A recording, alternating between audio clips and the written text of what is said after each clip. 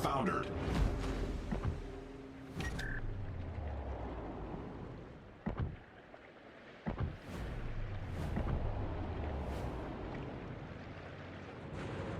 Hey team, it's Ripper here. Hope you guys are doing excellent today. Got an awesome review about the Goliath. Just got her, and really awesome. Again, before we begin, we actually have passed our goal of 500 subscribers. Really appreciate all those supported. Our next goal is now 600, but I can't thank you guys enough about the comments, the likes, the dislikes, whatever it may be, constructive criticism, anything to do to make this community better, to learn something from it and have a good time as well. So let's talk about this. This is actually a double header.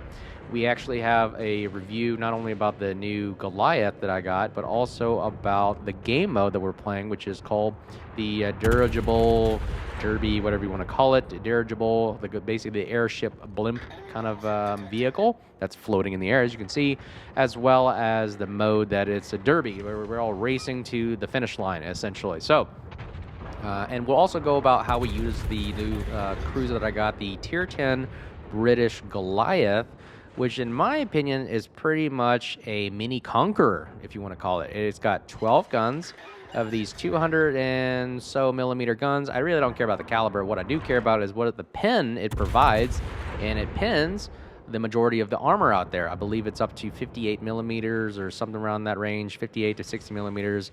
But if you build for IFHE, obviously you can pin more, but really it penetrates almost everything out there that you got. I mean, most hard deck armor for cruisers is 50 millimeters or below. Most battleships have 32 millimeters up front and maybe more 50 millimeter and 19 millimeter superstructure area. So if you notice, watch the video, like everywhere I'm shooting, I'm getting majority of the pins right there. See, I got 6 pins, 2 non-pins, but I start a fire. And that's the key right there, is like with Conqueror, it starts fires like it's its job. I mean, this thing literally is a matchstick, flamethrower, sparker, whatever you want to call it. 9 times out of 10, when you shoot something and hit it, you're going to start a fire. I mean, you're going to notice the majority of fires we start today, the majority of the damage is from fires. The other couple gimmicks that this thing really has is not only a good reload rate of fire, but also the super heals. Obviously, the AA's junk. The torpedoes don't really do much damage or don't really have much range, but the bread and butter of this thing as well is, like I said, there's another fire right there. It's a mini Conqueror. Essentially, when I take damage, I could just go ahead and break out the wrecking crew and just rebuild another ship. I mean, I pretty much have about 2 Goliaths sitting in my back pocket ready to fire. Now, here's the Puerto Rico, kind of like the equivalent to what we are. The Puerto Rico is also a good fire starter, 12 guns, American heavy armor. However, look at that. We hit it, 4 pins, but fires started like crazy. This thing is literally pretty awesome right here. It is the bane of existence for a lot of battleships and cruiser players out there. And you'll notice as well, it is also pretty devastating to destroyers. Right there, got another 3,800 damage, 5 pins all over his structure. I mean, he really doesn't have much armor to deflect these shells.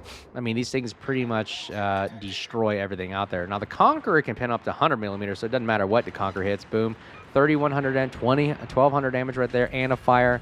Puerto Rico not having a good day after about 3 salvos from the Goliath, and boom, he's gone. Schlieffen gets the fire kill.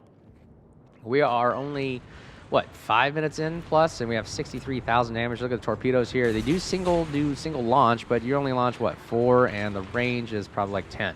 Most engagements aren't going to happen, or anybody's going to run at 10. I mean, these are pretty much just kind of feel good, or nobody rush me kind of torpedoes. But again, I digress. Maneuverability on the cruiser is decent. As you can see, it's good. Stop-start function is awesome. It can start and stop pretty well. British Line, I've noticed, does pretty well in that regard about stopping and starting, especially if you build for propulsion mod.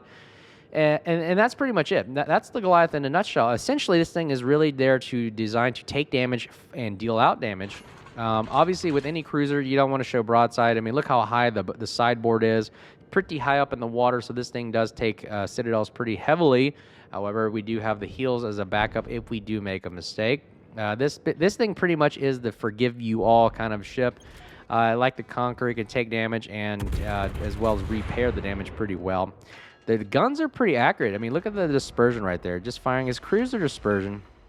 We're getting nice pens. 5 pens to the 2 non-pens. Obviously, we're probably hitting maybe some of the gun turrets or something that's causing the non-pens, but, oh, there's a shot right there, broadside. Took about 12, 15,000 damage right there. And look at the heal. We'll just heal it right back. Now, it doesn't heal as much AP as like normal, but it does heal burn damage pretty well.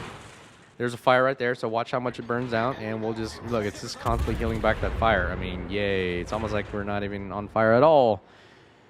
The turret traverse is pretty decent. There's another fire right there. Even though we're running away, yay, we start fire and still collecting damage. It's almost like this thing is like an interest maker of fire damage. It's pretty incredible. I'm firing the GK right there, and it's turning away, and boom. You know, this is the thing I like about this mode, is it forces people, as I run into the island right there, but it forces people to actually drive in. I mean, either you stay away like half their team is and you're going to lose, or you drive in and have some of the coolest brawls that I've seen in World of Warships is this mode. And I think I like this mode way better than randoms now. So, again, my take on it is really that there's another fire again. I mean, just having fun shooting at the Prussian. And the thing I like about this mode is it forces players to drive in and really have these awesome engagements. Like, it's actually so much more enjoyable now, and things are so much more different. Like, you don't know what you're going to get, because when you got 6 or 7 ships rushing towards the middle, you don't know what's going to happen. And that's what's so fun about those engagements, that you really are bringing back brawling by force. Now, it doesn't take away from the gameplay for people shooting out in the distance, but again, like me, I do have to stay outside of the area, but I am at least guarding the finish line, because that's where the most engagements happens as well, is right when the lines converge and the finish line, and you come down to these really close, like to the photo finish lines, because you got the 2 airships literally neck and neck, and the person that has the most ships in the middle pushes them forward, wins the game. So it's not all about holding caps. It's about who can push the airship further and further forward, and that's where the engagements really happen. And I really, really enjoy that portion of this game style. It's really, really fun. We're up to 118,000 damage right now, and we're just constantly withering away these ships. And I think it's really, really awesome. The Goliath, I really highly recommend this ship. I think it's a good version of a cruiser style play, where it's more of fire support, literally fire support, but also putting the barrage of salvos and fires, but is also good at shooting down destroyers, shooting to cruisers, burning down battleships, and it's really, there's another fire. I mean, 9 fires already, 126,000 damage. If you like starting fires, you like being able to heal quickly and making mistakes and things, that's really awesome. But hope you guys like my review about the Goliath. I have another video about it with in randoms. It's also good in randoms, but a little bit more boring style gameplay. But I like the fact that this thing really does pump out a lot of shells. It provides really awesome deterrence in the area. Like, the Slavas running away, but you know what? We're going to keep firing. The range isn't as great. I didn't really build for range. It's kind of like Des Moines range, 16.8. I didn't really build for 19-kilometer range. I don't think it's necessary, honestly. I like the rate of fire because the further out you start doing, the harder it is to hit things with these shells. I like the more close-in range, close-in battles.